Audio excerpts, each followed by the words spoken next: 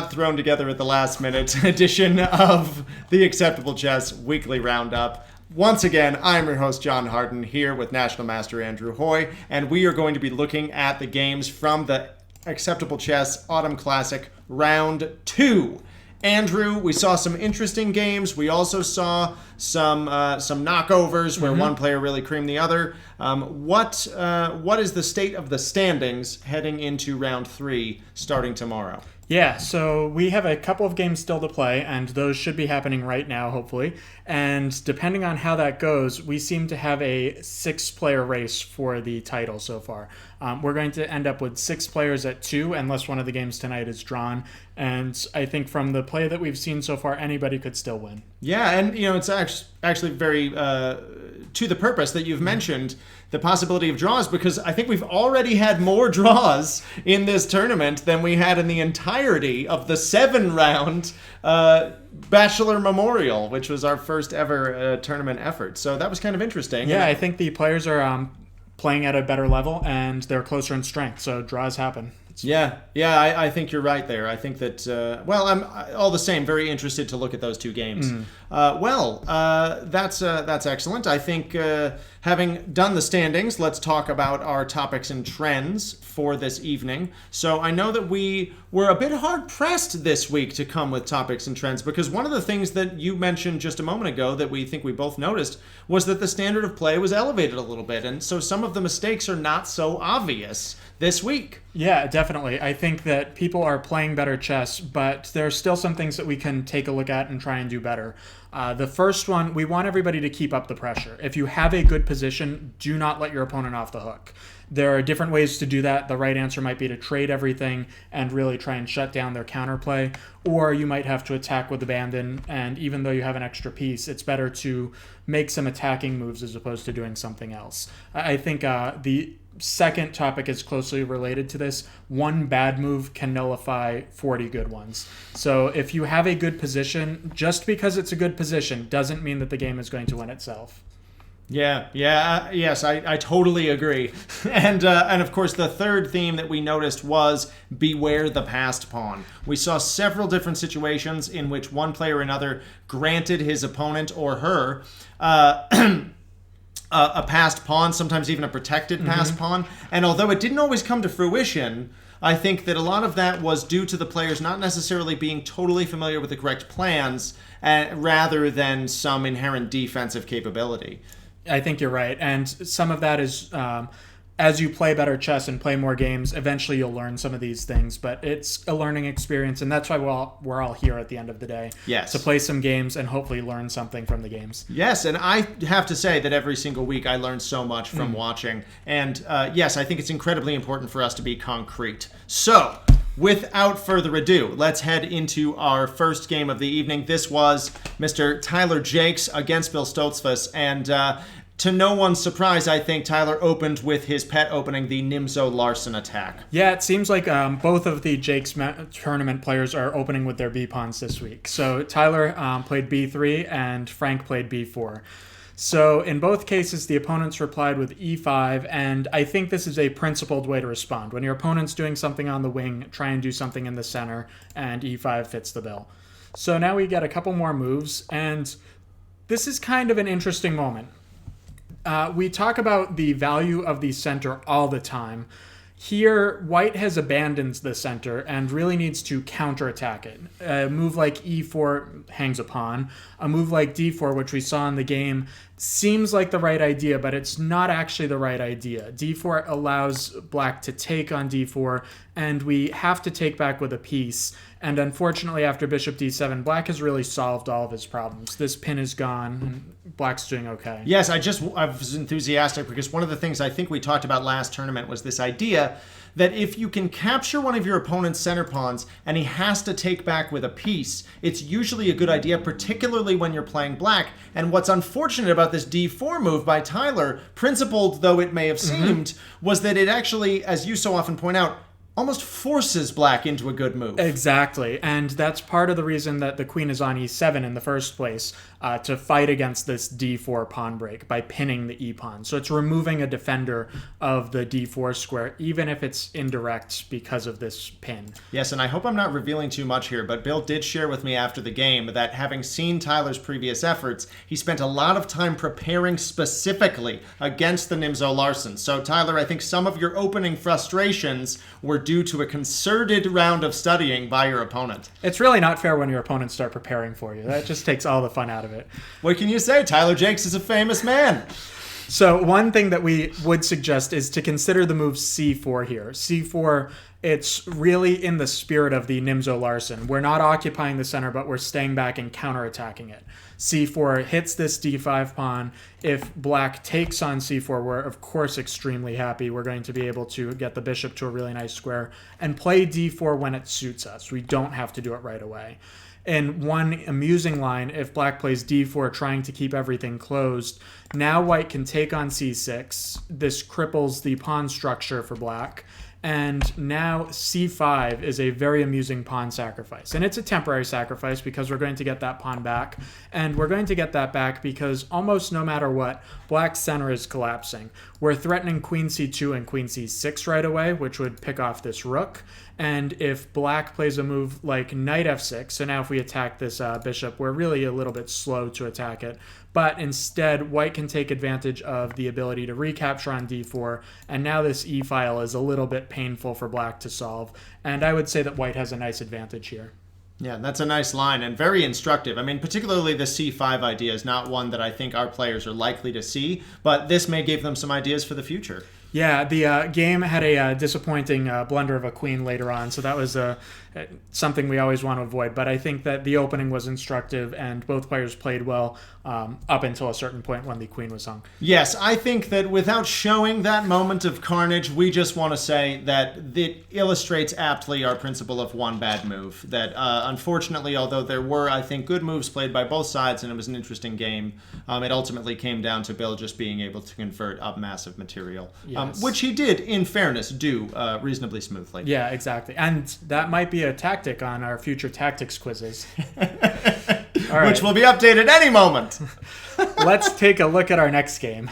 Yes, so we had in this game another Andrew Larimer versus Salal Azoulay. And I see here, I think, a problem in Salal's principles that I think we saw reflected in David Glauber's effort last week against Charlie Larimer, which is he simply neglects to put a pawn in the center. And as part of a concerted strategy with an opening preparation, this can be dangerous still. So I think here, where Salal is still starting out in his opening theory, that it amply demonstrates the problems with this approach, because already white missed an opportunity to simply be a piece to the clear here. This knight on b4 is hopelessly loose, and queen to a4 simply with a check picks up the piece. You notice that the knight cannot return to c6. So often there are tricks in these positions. Even interestingly, knight a5 does not quite lose the knight yet, at least not to this trick, because black would have this pawn to c6 where the queen would defend. But I think even there, probably something like we just guard our pawn and then push b4, and that knight will also be a goner.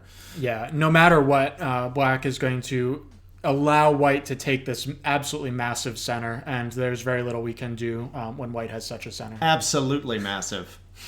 Yes, so with that in mind, I think we can kind of cruise through a few more moves here just to see. There was an interesting opportunity here perhaps after e5 where black can perhaps take on f3, and because he has taken a piece, if white were to try and grab the knight after escaping with the bishop to some square, he might have some opportunity, or even, I suppose actually, there is no escape. He should simply trade it off on e2, and this might have been something, but unfortunately, e6 was Salal's venture, and this simply hangs a whole knight to the pawn. And his position, although he was able to finally get some pieces out, it really did not come to anything. This is, I think, another really nice move by Andrew here that I commented on during the game. Knight d4 is a really beautiful combination of both attack and defense. The knight occupies the center, centralization, something we're going to see quite a bit of this evening. Hits, wins a tempo on the queen, reveals a twofold attack on the bishop on g4, and make sure that there's no funny business with knight c2 check. So really just one good move that spoils the entire hope of a counterattack, and Andrew went on to win. Very nicely done. All right, let's move right on to our next game, and this was between Chris and Alex. So we're jumping in a few moves, and we've had a normal-looking Italian game. White's bishop is on this nice Italian diagonal. However, Black has gotten this bishop to a very useful diagonal where he's pinning this f3 knight. And here I think that White has to do something a little bit drastic, maybe something like g4. G4 is a little bit... obviously, downside is that this is very weakening, and I think that Black can already consider sacrificing. But again, this pin really can't be allowed to stand, and knight d4 is going to happen very soon, and I think that this is already unpleasant for White.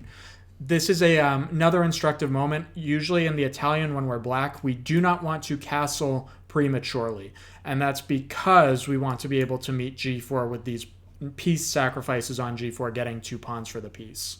Yes, I think normally in these setups, if I'm not mistaken, White is sort of mixing systems here. In the Italian, we usually put either the bishop on b5, as in the 4 knights, which I know you are a proponent of, or we put if we are putting the bishop on c4, we put the pawn on c3. Exactly specifically right. to avoid the pressure of knight d4 with this pin, which is incredibly normal. I think just about every Russian schoolboy knows, as they sometimes say about chess positions. So actually the theory, and I said we were going to jump into the middle, but we'll talk about theory instead. I opened the door. You did. Well, I really did. But after bishop c5, we want to play c3, and this is going to control the d4 and b4 squares.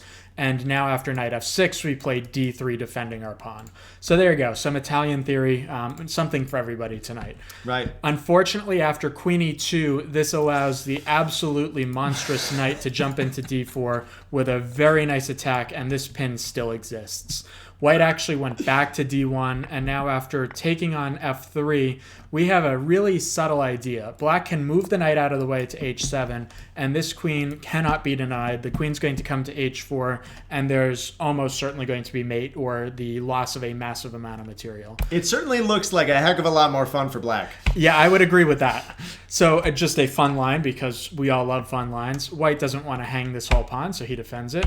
And now after trading on e3, we notice that the 7th rank is a little bit airy, and Black tries to take advantage of that with knight g5, and we can actually take, and one very beautiful mate would be queen h2, and this knight is holding e1, the bishop defends the knight, and this is something that you just don't usually see. But again, the open 7th rank makes it possible. Yeah, I really love seeing when a knight on the 6th rank just completely cuts off all the useful escape squares. That's some cool stuff. Yeah, we had a little bit of an interesting attack, and we actually got to a position where White ended up with an awful lot of pieces for a queen. So Black's attack faltered a little bit. I think missing knight h7 might have slowed down the attack. And we have 2 pieces and a rook for a queen and 2 pawns. Now we do the math, and that's the same. We have equal material. So White has enough material to counteract the queen, and because Black can't pick off any of the white pieces with checks, the bishop and the knight coordinate extremely well to defend everything. White was able to hold the draw, and I think this shows you cannot give up no matter how bad it goes right out of the opening. I think that's true, and I do think that Chris is to be commended. However, I do want to pinpoint one moment that I think actually we had discussed earlier, and now here's where I'll be made a fool of because you covered it briefly, perhaps, and I missed it. But this move of bishop g6, right, was something that you had pointed out during the game, and going to this theme of keeping up the pressure, I think that Alex missed a chance here to keep this pin on the f-pawn, which is a move like f4 would allow White's pieces to stream into the king side, right? Obviously, queen to f3 is one possibility that I might like to be able to play because the queen will help to defend. We saw in that checkmate line how h3 fell and to fatal disaster. So this move, bishop g6, I'm not sure what the purpose was in a productive way, but I can certainly tell you that as a negative, it releases all the pressure on the pin. And we see some players at various times tonight let their opponent out of a pin. And I think that that is something that almost never, even if the engine thinks it's okay, psychologically, I just never want to do. I agree. And I think we actually see another example of this in our next game. If you want yes, to jump to I think that one. the only other note I had was that although this is probably plenty of time for Chris, that he was 20 minutes in the negative versus his opponent. And I thought Alex could also perhaps just use the attacking power of the queen and the time pressure that white was under. I would have chased down a win here. Yeah, but, although I would actually recommend that Alex use the time earlier to try and build that really nice position. Yes, absolutely. We're going to own it. Having an extra 20 minutes on your clock doesn't do you any good if the position isn't enough to win. You're right. You're quite right. Yes, the time was better spent earlier. Maybe a better indicator of what Alex should think about, that to be finishing a game with only 5 minutes spent is not a good sign for how you thought about the moves. Okay, carrying forward here, we're going to go to another Alex and his effort against Danny in a Petrov that went off the rails very quickly. So we talked about this theme. So the Petrov defense, the main line would be usually to kick the knight backwards and then for black to regain his pawn. And we end up in some positions which can be surprisingly tactically sharp, but in the hands of more amateur players often dwindle down to drawish positions. The rooks get traded on the e-file and such and such. Now in this game, Danny, I think with some preparation, in fairness, right, played this move knight to c6 with the idea of gambiting a pawn and getting wild positions out of the gate, which I think is to be commended, and I think Danny actually plays well in those positions. Unfortunately, in this particular case, it very much punished him more than his opponent. So Alex made the decision not to take the knight on c6, and simply to consolidate his position with a move like d4. And after Danny grabbed on e4, Alex made the quite simple threat of a scholar's mate-esque sort of offering with queen to f7. Now here, there is, in my opinion, only one move, which is to simply bring the knight back and plop it on f6. The knight is very well defended on this square and completely guards against any mate threats, takes care of this h5 move, so there's nothing coming from any other directions as well. Bishop c4 can be met thematically with something like pawn to d5 and everything's going to be fine. Unfortunately, Danny did not know this. He should see my PDF course. Does not exist. But he plays the tactically loose knight g5, where the knight is attacked exactly as many times as it is defended, and the Russian schoolboys have told us that this makes it a loose piece. So in that moment, Alex very wisely plays bishop g5, and all of a sudden you are down a piece with mate threatened. Yeah. Was there a way to hang on here that you had seen the other night, or am I crazy? No, here it's pretty bad. Yeah. And then one interesting line, if we go back a couple of moves, at first I was wondering, can't we just take on e5? Because if we recapture, black has the very nice trick d5 defending the pawn. However, I'm sure people have seen this motif before. We have queen e4 and the knight on e5 is pinned to the king and white will be a piece to the good. But I can defend it with a pawn! Yes, unfortunately white is also attacking it with a pawn, so that does not avail you in any case. Yeah, this was something I noticed during the game. I was watching this live and thought, oh, I hope he doesn't go for that. But he went for something else, which is unfortunately equally disastrous. Now, to give Danny some credit, I did think he fought hard after that, and Alex, I think, became a little tight in defending the piece up. And so we saw some moves from both players with a little bit of inaccuracy. Alex did allow a tactic here with a discovery. The bishop is taking this rook more or less immediately. And now here, I thought a nice way to possibly simply win a lot of material back would be, rather than bishop f5, which does win, but is a little more complicated, Danny could have simply played pawn to f5 and gotten the piece back immediately. And I think here the game's suddenly open season again. I think so too. It's going to be an opposite bishop position, and black is probably ahead on the attack, all things considered. Yeah, Nimzovich, I think, called the pawn the guillotine of the pinned piece, and I think that's a really nice, colorful image. The final thing I'll note, and then we can move forward, was just Danny did find some nice tactics on the king side that I wanted to note, and this was particularly pretty. After bishop takes f3, we exchange the rooks on the back rank. We're going to see a couple of times how rooks on the back rank can be very powerful, and this really If there were justice, because of what is most aesthetically pleasing, this should lead to a mate in two. After pawn to g3, queen takes f3. This is an unstoppable checkmate. There is nothing to be done. Wow, Danny, what a tremendous game. Unfortunately, Danny did notice and could not play it because it hangs a back rank checkmate. And so he had to instead withdraw, and although it was not immediate, Alex did locate the correct plan to play queen b8, force the exchange of queens, and the game was soon resigned. There are an awful lot of bishops against the rook here. Yeah, so well done, I think. It was an interesting game. I enjoyed watching it, but not quite enough. All right, let's take a look at the game between Chip and Chris.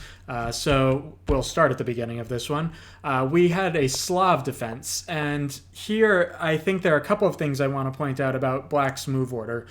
First of all, this knight f6 on move 2 is a little bit inaccurate, and if knight f6 is played on move 1 this way, we really have to play e6 or g6. We can't play d5 now. This is not a Grunfeld, and that's because white can take, and white plays a quick e4 and takes over the entire center. Yes, I'm a huge fan of this particular mistake because all of the scholastic players make it, and I teach my students to exploit it. That's really good. I think it's something that most people need to hear at least once before they are able to take advantage of it. Yeah, we defend the center with pawns, and I think if you continue to watch these videos and other things that we'll put out, you'll see time and again that if you do not defend the center with pawns, little bad things happen. And they are little, but they cost. Yeah, and we actually had another moment here after bishop f5. This is loosening. The b7 pawn is abandoned, and white can fork 2 pawns with the queen, and we're hitting d5 as well as b7, and it's hard to defend both. The only option would be something crazy like queen d7, and this is already a terrible position for black. Yeah, that runs into... Yeah, that runs into knight e5. Exactly. There are tricks on b5. So black usually lets one of these pawns go and tries to untangle with a move like queen c7 or queen c8. So just something to be aware of, and a good reason to be alert, even in the opening, even if it's something that you think has been played before. Whoa, whoa, whoa. Be alert was last week, okay? They don't have to be alert anymore. Fair enough. So all of our advice does carry forward week to week. I kid.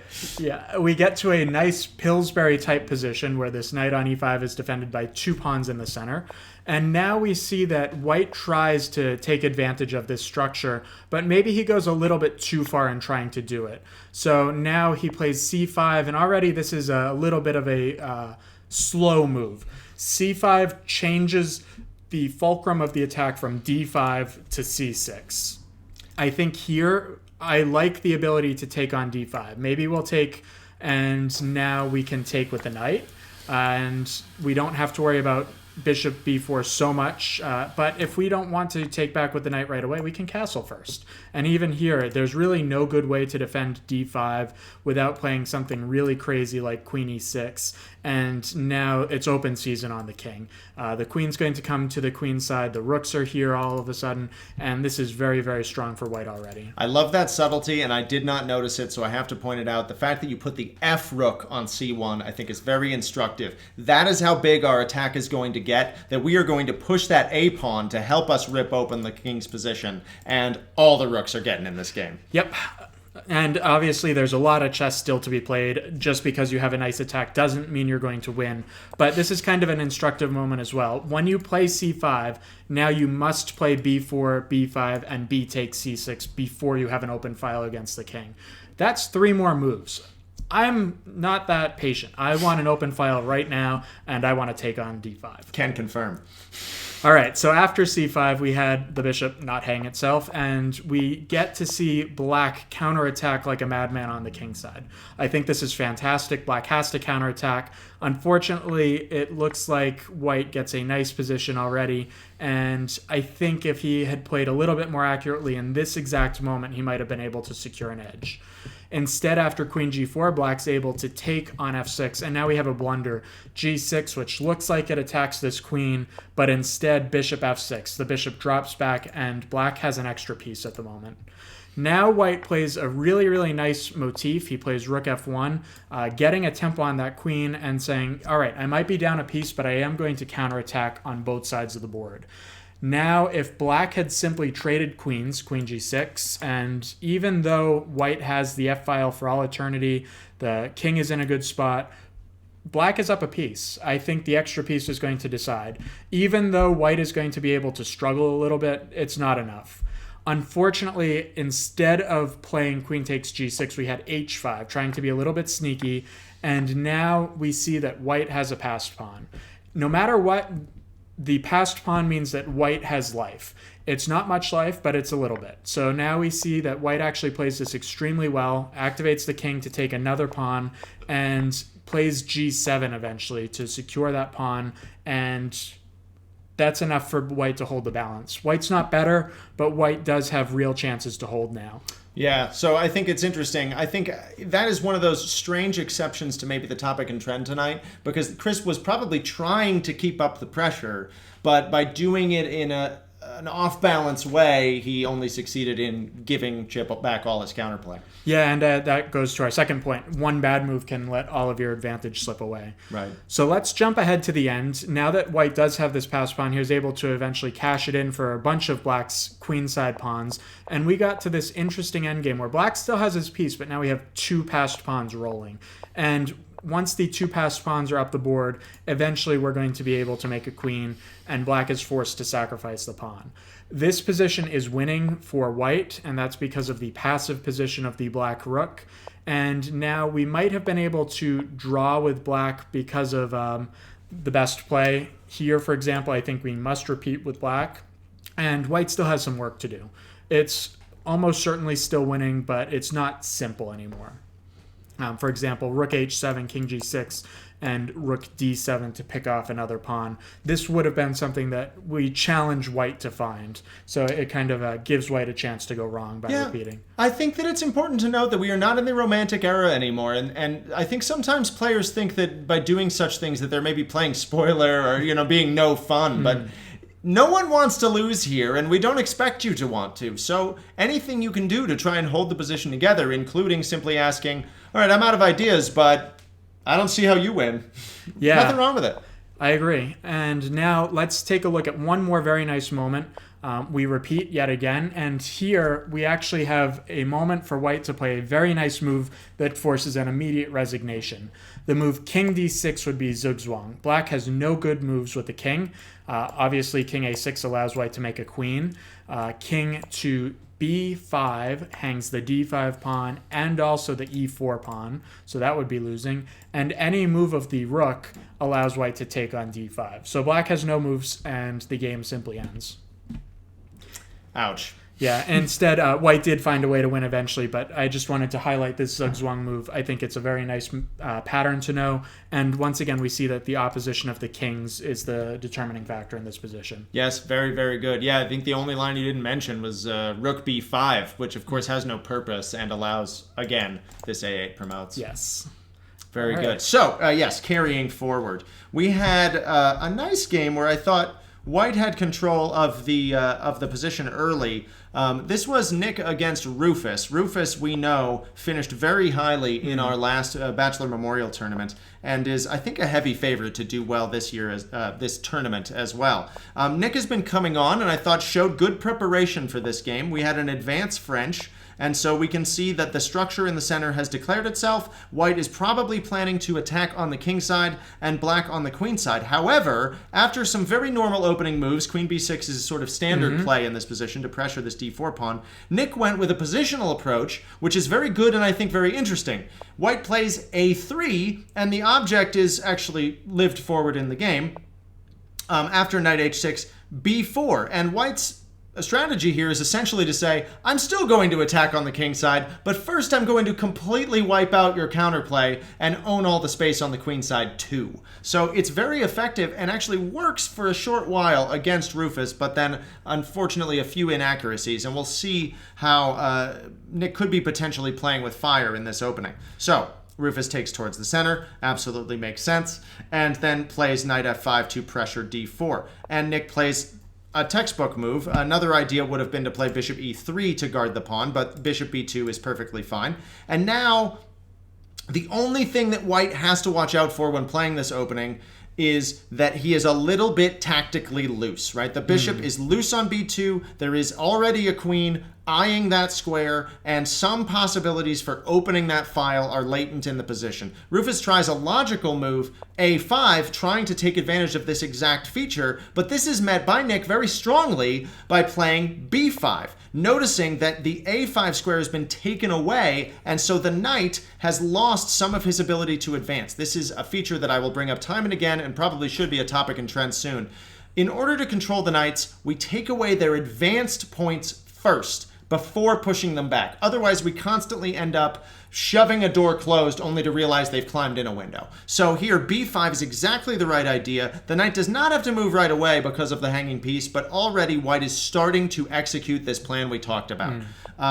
Rufus withdraws the knight to a7, and right here, Nick should recognize that there is not so much pressure on his center as there used to be, and take time out to develop. Something like knight b to d2, or even knight to c3 would be possible, and I think very strong. I really like this knight to c3 move, so that when Rufus comes to pressure the b5 pawn, we can actually give his queen a smack with knight a4. And again, after queen d8, queen c7 just allows Nick to gain further tempi. After queen to d8, white has completely locked up the queen side, and oh, by the way, we're still going to attack the king when you castle over there. I think this is a truly excellent position for white.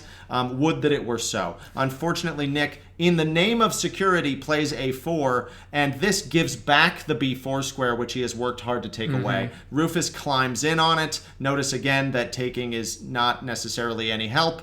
And after a few more inaccuracies from Nick, Rufus comes in with the ultra-strong bishop b4 here, forcing more exchanges and the loss of the d-pawn. I think the only other moment here that we thought was really worth noticing was that this b-pawn is absolutely a monster. It doesn't seem like much, but there are so many variations here that don't work. So earlier, before capturing, Nick had this idea of playing simply rook a2 to try and hang on, but even after this takes, rook a2 is not possible to avoid the knight b3 fork, because now there comes b3, and knight c2 is coming, and all sorts of awful things are happening. So just to highlight, right, Nick tries to create a little bit more chaos with a5, but queen c5, and we can see that the possibilities of both knight c2 and knight b3 are just too much, and after this knight fork, Black won decisive material, and the game ended soon after. Yeah, now I know that you helped Nick with his preparation very deeply there. How much of that was your prep and how much of that was Nick's? Well, I did see it all the way through till Black was winning decisive material because Rufus had slipped me a 50 on the sly. But this is why you can't trust John with your prep, people. No, in seriousness. I thought Nick played perfectly well out of the gate. I did not give him too much, but out of fear of making it overwhelming anyway. And when he was on his own, he did okay up to a point. So I think it's something for him to build off of next time. All right, sounds good. And my personal PayPal account will be linked later if anybody wants opening prep that will beat John's opening prep. All right, let's move on to a game that was actually played earlier this afternoon between Rob and Lydia. And this was a really fun game to talk about. And hopefully you guys take a chance to look at the VOD later, either on Twitch or on YouTube, because we went very in-depth on this and we saw some good stuff in here. So we saw a normal-looking English attack, and I want to just say that at some point in this opening, white really has to play d4. Yes. Rob wanted it mentioned here that I think it was a bit of a finger failure, as we say, a mouse slip, that he had intended to play knight g to e2, which he normally does and helps with the center, and he slipped with bishop e2 and I think did not seek a take back. So he wanted that mentioned for his reputation's sake. Okay, that's fair. I think both moves are acceptable, though. So let's not get too bogged down. Let's jump right into it, because we actually see that white is still doing a reasonable job in the center. I'm not a huge fan of a3. I think that this forces Black to make an exchange that she wanted to make anyways. Black wants to take off this knight because it's attacking the center. It's attacking this d5 knight. And this is something that, if we're going to take the time to play bishop b4 and bishop takes c3, let's not help and give back the tempo. Instead, for example, d4 right away, playing for that is the easiest way. So either knight f3, queen b3, taking on d5. These are just some of the moves that would make a little bit more sense than a3 in my opinion. Yes, take the center, Rob. Take the center! Continue. Yeah. So after that, let's jump ahead. We actually saw a very nice and clinical execution. E4 is just a move I really want to highlight. This locks down the center, and it really points out how bad the C and D files are for white. Both bishops are suffering now. Yeah, I loved that move. I can't remember if I got enough time to wax poetic on that move during the live commentary today, but just the way that it, with en passant, takes away d4 for the rest of the game. Good stuff. Yeah, for sure. So let's make a few more moves, and this might have been a chance for white to fight back in the center. Instead of playing bishop b5, one move to consider is taking on e6. The rationale here is that we have some bad bishops, but we have the bishop pair, and when we're fighting with the bishop pair against the knight pair, usually something good will happen sooner or later. So already we can play d4, and if we take back with the queen, we're going to be able to put our bishop on f3, where it's very strong. And for example, if black castles queenside, we can move the queen out of the way. We don't want to sit around and invite forks, but now bishop f3 will be coming, we'll castle kingside, and I think that the bishops are going to be stronger than the knights here. Yeah. It looks very much like white will have some nice chances. I can see already some open diagonals and chances to even attack on both sides of the board. Yeah, it's anybody's game. I think there's still a lot of chess to be played. After bishop b5, we see castles short. h3 was played. Again, a little bit of a slow move. I understand the desire to avoid bishop g4 and to restrict the bishop, but it's kind of a critical moment. And even here, I think we probably have to take on c6 and play d3. I think the position is starting to get out of hand, and it's time to make a few trades for white. So after this, black played very well, took a lot of space. I really like the move f5, and I just want to jump to the very end of the game when we got to this position. We noticed that black's attacking and her attack is very formidable. There are a lot of loose squares around the king, and we can't see a defender anywhere at all. Now, Lydia played a very calm move and activated her last piece, this rook. She played rook a1, a great move, pins the bishop, and now prepares to play a move like bishop to f3. Rook a2 would have also been good, something else to activate, and it chases this bishop, which is in sad shape already. And after rook a1, we actually had a nice finish. Lydia played for the move e3, and unfortunately, white cracked under the pressure and hung both bishops, so that was the end of the game. I have to say that we did see a number of single move blunders in this particular week, but that most of them, unlike previous weeks, I would say came when the side was under pressure. That it's important to note that not all blunders are created equal. That sometimes you make a blunder, as we saw on Tuesday, right, with Tigran Petrosian making it in a completely winning position. But many of them, the position was already difficult, and it's easy in those positions to tighten up a bit and do something that you would normally never do. It's not like we're coming in fresh and looking at a tactics puzzle and saying, how can I play a good move here? You're in the arena, you're fighting, you've sat there for 2 hours, and now you've been under pressure the whole time. That takes a toll on you.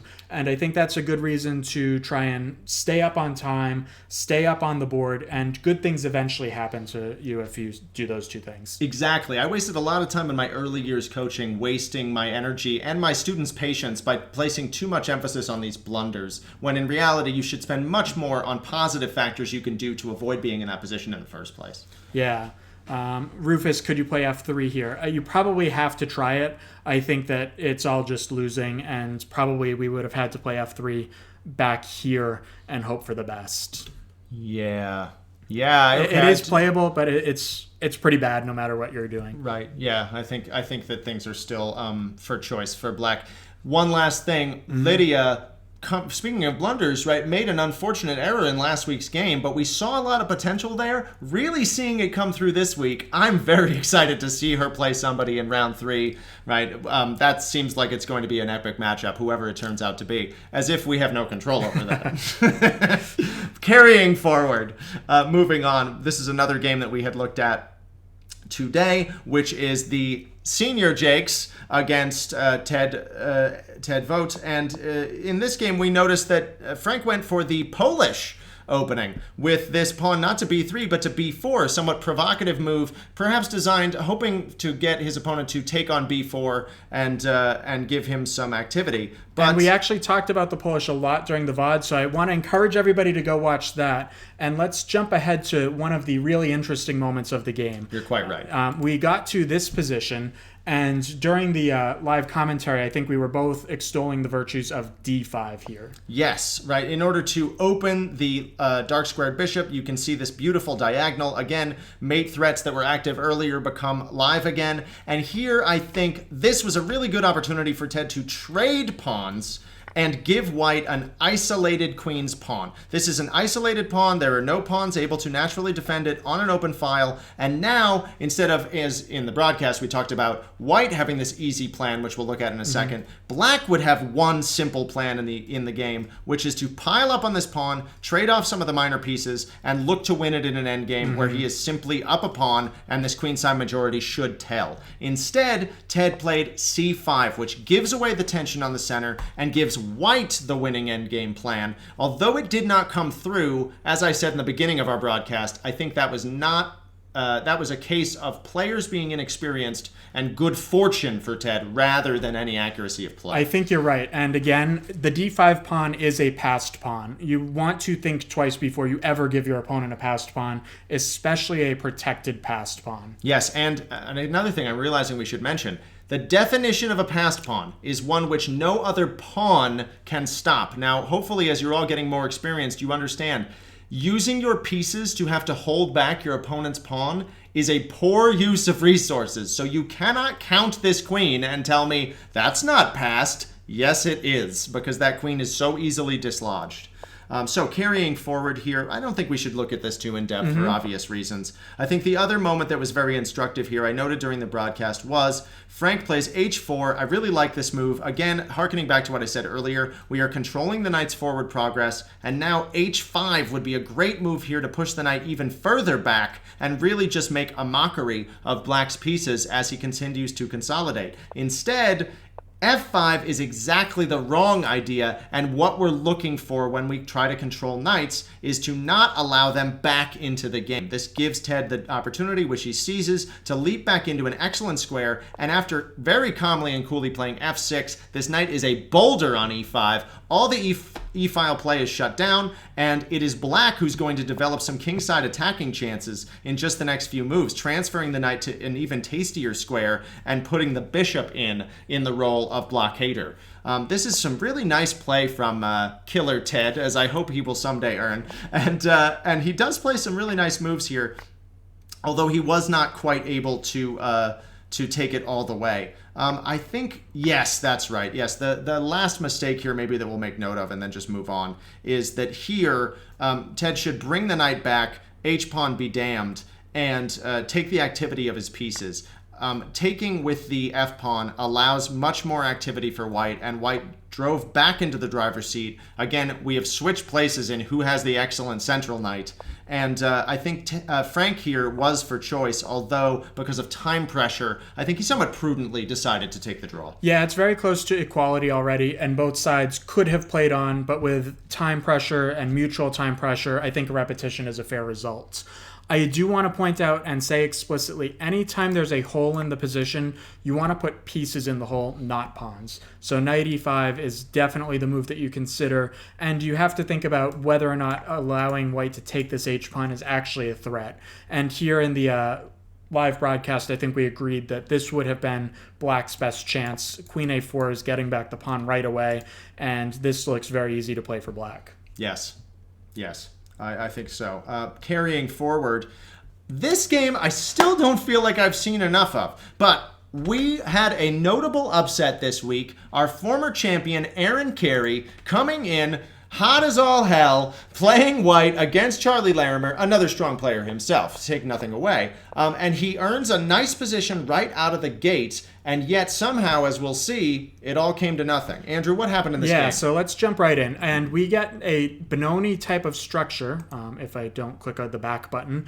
And the Benoni structure is good for white here because we have the c4 pawn defending the d5 pawn. Usually this is a little bit more tenuous.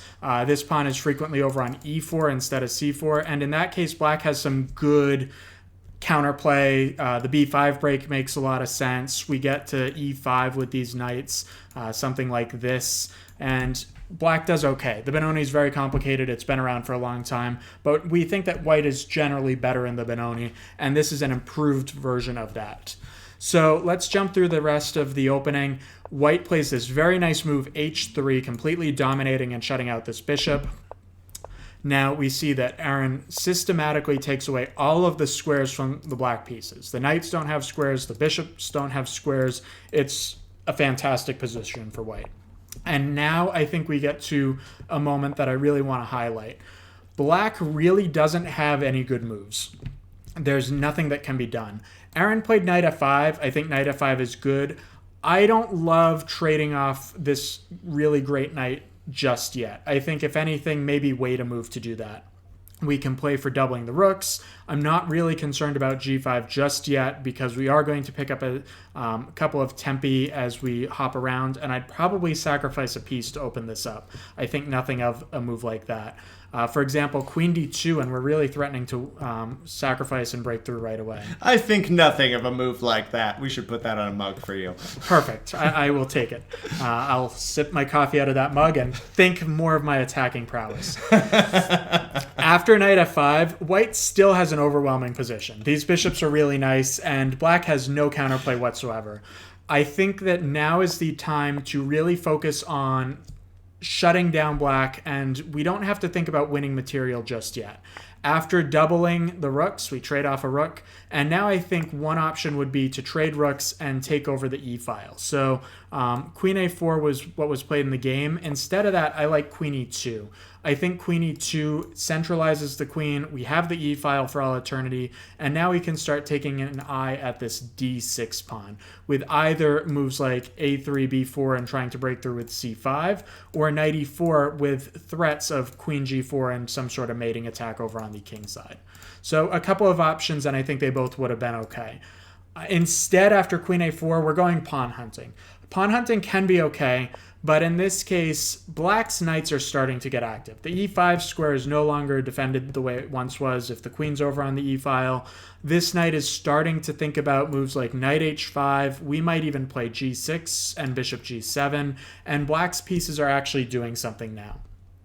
White took and tried to cash out the pawn, and already I think that white has to find only moves here. I think queen c8 is a good move. White's better. White's doing well. But this is only because we're starting to force the queens off. Even if black gets this c4 pawn, there are too many weaknesses, and I'm very comfortable with that position for white. For example, if we trade queens and take, my idea is simply to chase the knight away, play knight b5, and scoop up this d6 pawn. There's no good way to defend it. No, I mean, even certainly if he can hang on with something like knight e8 or knight e4, the way his pieces have to operate in order to hang on to that, I have to be able to come up with some other idea thereafter. Exactly. And knight e8, we can threaten to take it and chase it away that way. So we Seems good. Yeah, we need to use all of our pieces here. And this passed d pawn, if it becomes a passed pawn, once again we see that the passed pawn is a decisive advantage. So instead of queen c8, we played knight b5, trying to win another pawn and activating the knight. But I think already black is close to equality here. The queen, the knights, there are a lot of pieces taking aim at the white king. Aaron played b3, and already this sacrifice with knight c4 is very possible. We can take on f2, and this looks like it's enough for black to have some sort of perpetual. The bishop is out of squares. We're threatening both bishops, and I think black is doing well here. Yeah, bishop g3 seems reasonable. Then you hang the f5 bishop, and I gotta believe in black. Even though d6 is loose, the white king is loose. White might be able to hold the draw, but considering we had such an overwhelming position a few moves ago, it's a little bit much to give up. I got to give kudos to Charlie because last tournament he lost in a similarly overwhelming position to Rufus by allowing some of these king attacking chances. And here he takes the lesson and turns the tables on his opponent. Yeah, I think he did a very good job with this. And let's take a quick look at the end of the game. We see that now that the queen is open, the queen penetrates to e2. White, maybe a little bit of a panic move, but he takes on f6 because he really doesn't want to see this knight get active on f4. But unfortunately, there's another knight. So even though White is winning all of these pawns, it's not enough. And already we see perpetuals are possible on the dark squares. There's no defense to that. If Black would like a draw, he has it. And now we see that Black is actually playing for more, and already I would say Black's winning here. Yeah, this looks like an unhappy time. It really does. And Black chose to cash out by taking a piece. And even though we have the passed a pawn, it's way back on a2. It's a long ways away from being a new queen. And now we see Charlie finish with extreme precision. He wins the second piece, and that's the end of the game. A game that I would have loved to have watched live, and I have to say, just a nice little plug here, we were able to get a couple of live commentaries in today. If we can schedule more games together, we would love to do more of them. Obviously, Andrew and I are both working full schedules, but we want to do this stuff. We had a blast doing it today, and let's try and sort of work together to make it happen. Yeah, I think probably John and I will post a couple of times on Discord early in the week. And if you guys want to play it some of the times we're going to be doing live commentary, let your opponent know. And certainly you can't watch our analysis during the game, but it should be something educational afterwards. And we'd be happy to analyze the game with people after you finish it. Yes.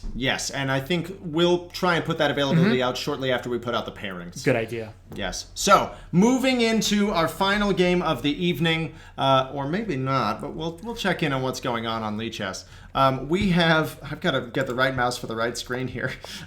We've got Greg and Felix. So Greg and Felix are both newcomers to the tournament. They just joined for round 2 and therefore were paired together. I know both of these players to be strong contenders, and I'm looking forward to seeing what they do in future rounds.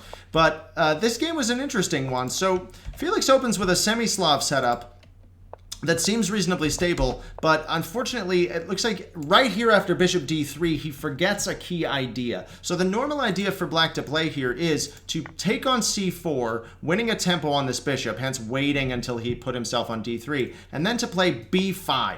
And Black's plan is to use this extra tempo on the queen side to be able to develop his light-squared bishop onto the long diagonal, usually guard the b-pawn, and play for c5 later. Instead, Felix plays c5 right away, which allows White an opportunity to stick him with this isolated pawn that we talked about earlier. So here, I think a strong response from White would be to play, instead of castles, c takes d, knight takes, and then we exchange that too. And after d takes c5, we see the structure. Black has an isolated queen's pawn, and White can play this plan that I mentioned earlier, exchange off the minors, build up pressure on the d file, and play for an endgame win. Instead, Greg, not sensing the structural opportunity, castled and allowed Felix to live another day. So, after a couple of exchanges, White ends up with the isolated queen's pawn instead. Now, because of White's developmental advantage, this is a little bit more okay, and actually something that White sometimes does voluntarily in order to get attacking chances. So, this is no different. The most important thing is exactly what Felix executes up to a point. White develops his pieces very sensibly. This is a very typical place for the bishop to come. And now after knight b to d5, instead of taking, I really like bishop to e5 here, just planting the bishop on a good square. There's nothing that Black can do to get rid of that piece that won't compromise him in some way. Instead, Greg makes a trade, which is, I think, easing Black's defensive task somewhat. Yes. The pawn is thoroughly blockaded, and there is nothing bad happening. This knight is incredibly useful, both on attack, pressuring some useful squares, and defense, guarding the 7th rank. Watch that space.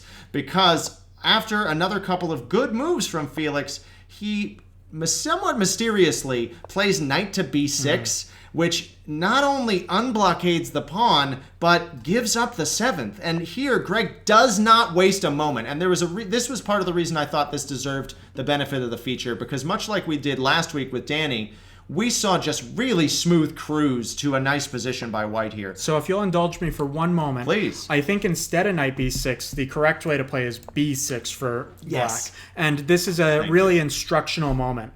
Anytime your opponent has this isolated pawn, we want all of our minor pieces fighting against it. The knights, we want them on d5. But this bishop, we also want it on b7 so that it controls d5. Sometimes, even after you win that isolated pawn, the d5 square is still weak. So bishop b7 is the most natural move in the position, and you can see that the light squares can actually become weak for white, especially on the king side. I'm not sure if it may be Felix is a strong player, and I admit I bear some of the burden. I told him that he was expected to do well given the field, and he may have come in with less of a sense of urgency than he needed to, because I see a little bit of lack of urgency here in developing the light squared bishop, despite the fact that he was given a second chance. But we're going to see that same lack of urgency in another couple of turns. So white develops a very, very serious attack. I love, after rook to c7, queen d8, queen g4, just going ahead and leaving the bishop on pre to take on g7 and play checkmate. Really good stuff. Rook f7, of course, is the right idea. And now here, I think instead of bishop e6, which trades out to sort of potentially a draw, although not what happened, right? I think here Greg would be best served by exchanging off the rooks, king to g7, and then there are a couple of very sharp, precise lines that the engine will show you. But Andrew, you suggested simply dropping the bishop back to g3, and e6 is so incredibly weak. A sample line would be, after queen to e7, trying to shore this up, d5, and if we try to play e5, to release the pressure, we are met with pawn to d6, which goes ahead and just wins a whole queen. Yes, the queen can play here, but we will take it with check. And I think that although black is on the queen, that I think most of the opportunities here still lie with the white pieces. Let's see here. Actually, do we have to do a little bit of? We have a cute idea. If king f8, of course, we take with check Naturally, and if king e8, we can throw in this sneaky move, bishop a4. And that looks like it should be enough to pull out the whole win. Yeah, I think maybe so. We'll look at that a little bit more. We also have queen h5, depending on what happens here. So many options, and they all look pretty good. Yeah. So I think it's something that we should be able to convert very easily as white. Yeah. Of course, we're not even compelled to play queen e7, but everything else is even worse.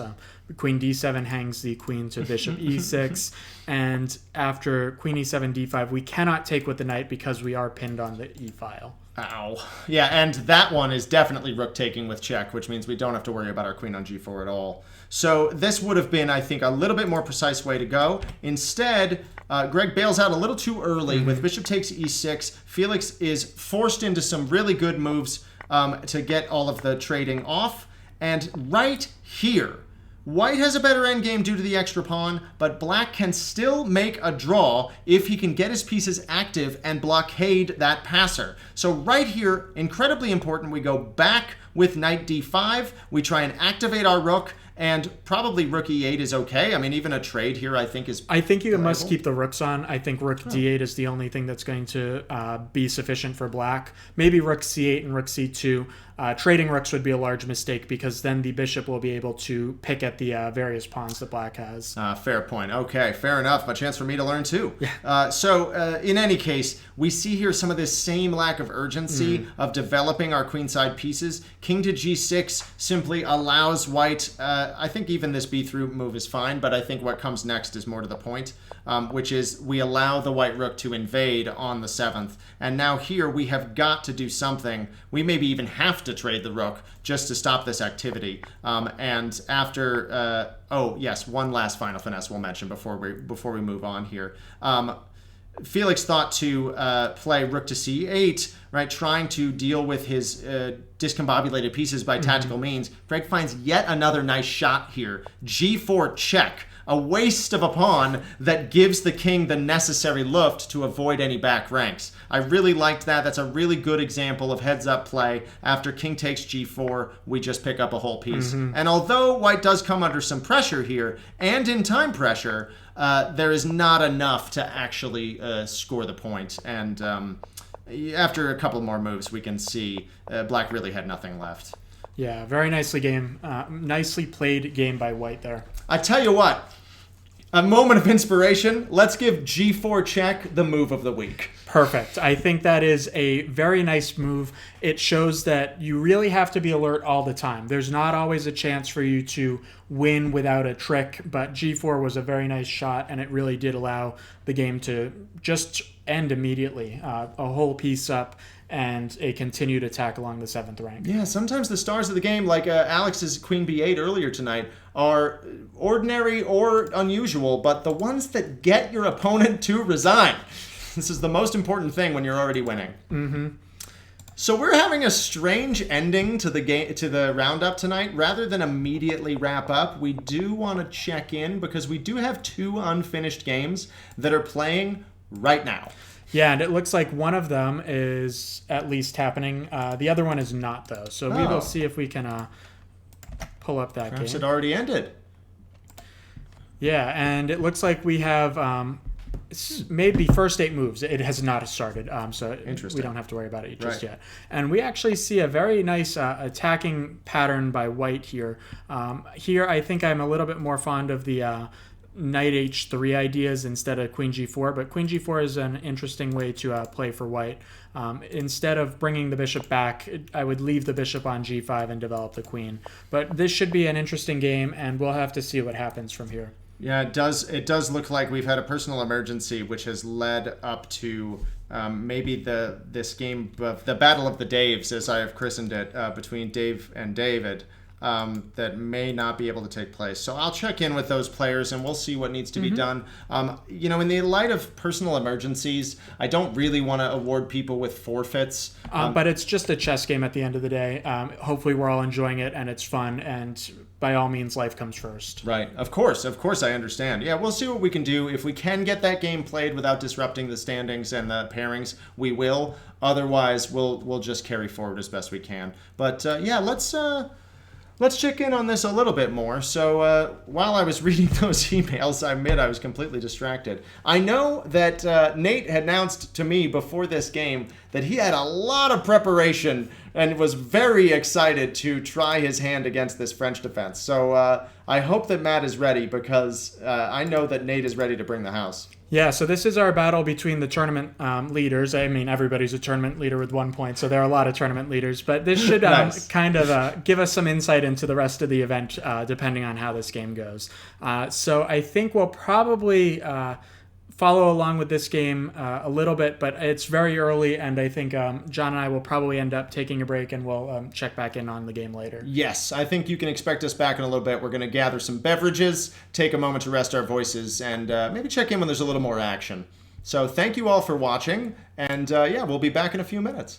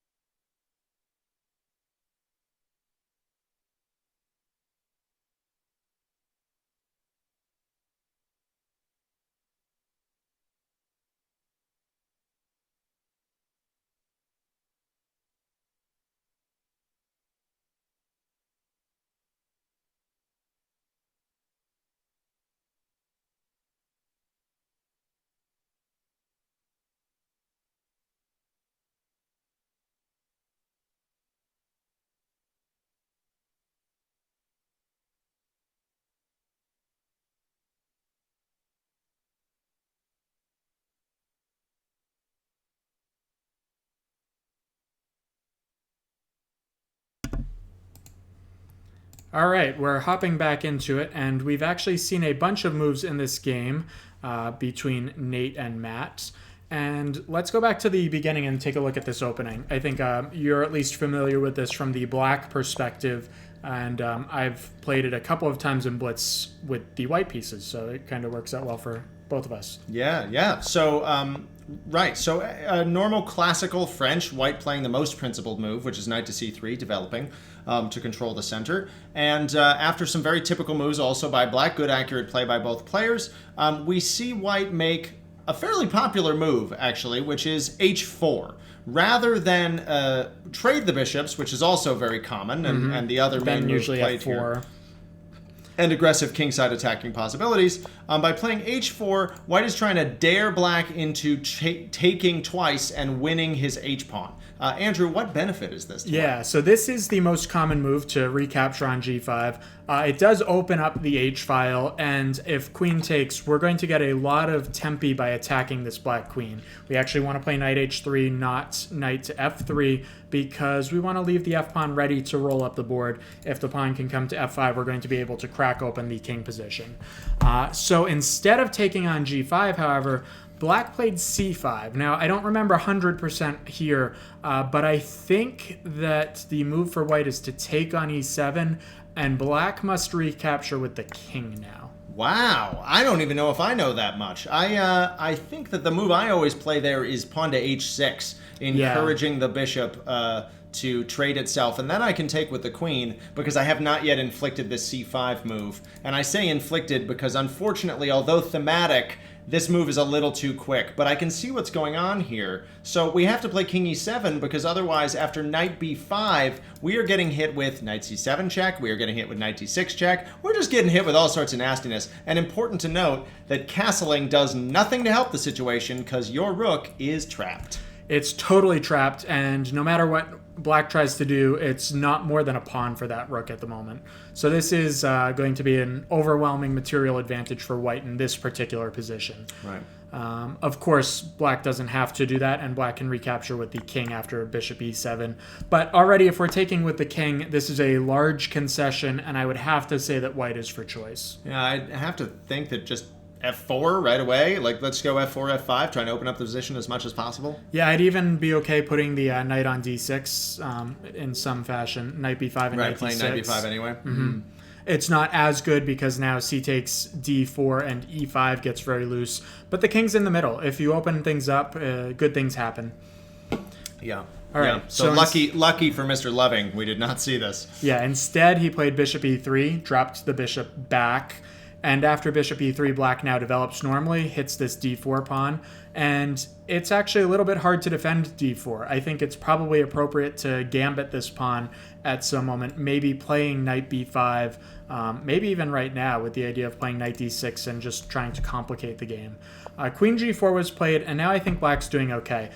This capture on d4 is very strong, and already I like the black position.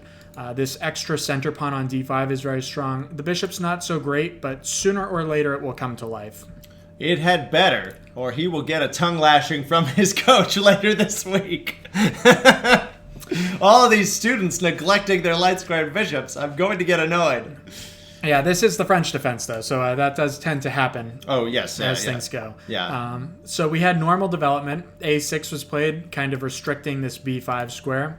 White finished development, and now black noticed that the queen is starting to run low on squares and played queen c7, taking away some squares, and after f4 he played bishop c5. Ooh. Now this doesn't pin the queen to the king, which it might have had castle short already happened, but the queen really doesn't have any good squares. a4, b5 starts to invite itself.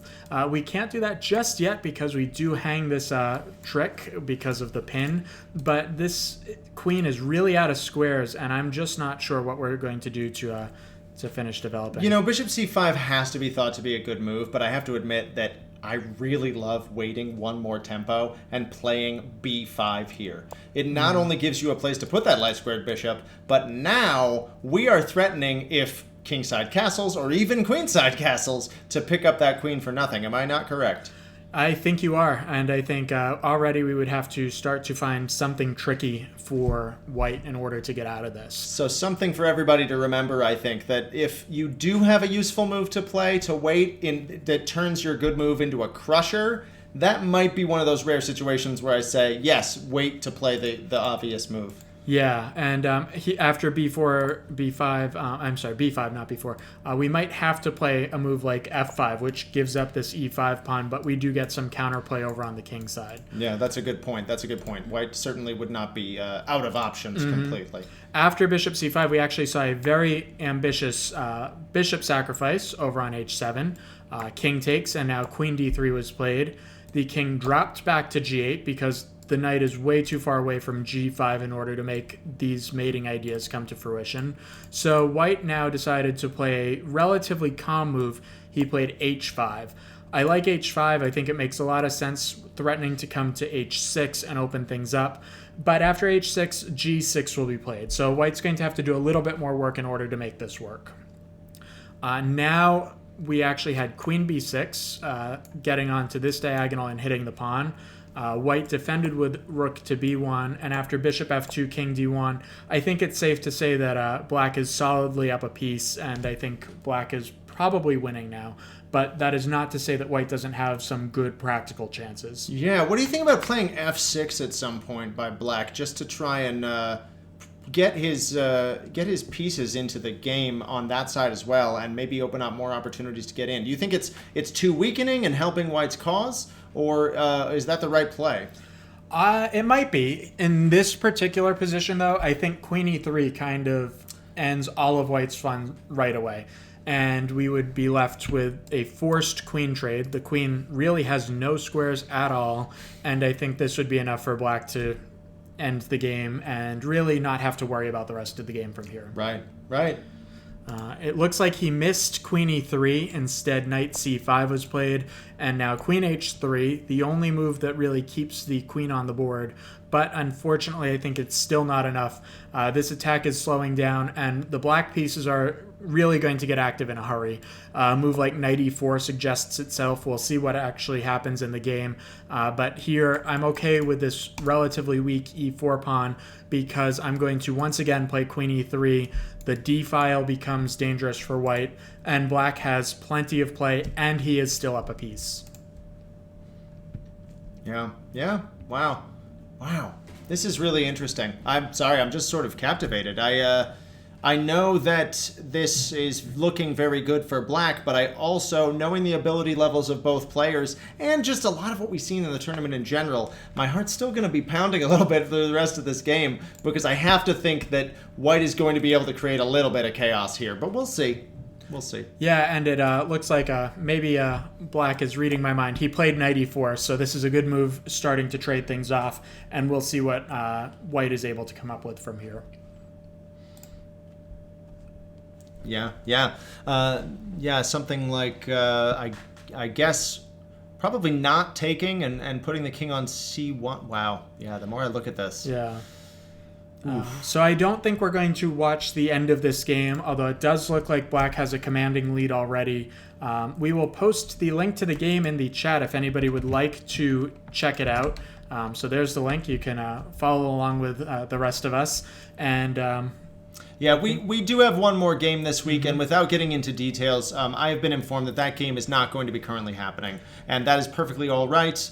I've spoken with both players, and we'll see what we can do to work out that pairing for the future. So pairings will come out tomorrow morning at 10 a.m. as scheduled, and we'll carry on as normal. But especially in light of that game being unable to be played, we thought that following this game through, given how seriously I know both players are taking it, we could be here for quite a while. So we're going to leave it there. Thank you all so much for watching. This is such a pleasure for Andrew and I to do every week. We're going to be doing, I think, more Guess the Move on Tuesday night. I think probably around 8:30, but we might judge that time a little bit, so we'll keep in touch. After that, all I have to say is, once again, I'm your host, John Harden, for National Master Andrew Hoy. Thank you so much for watching Acceptable Chess.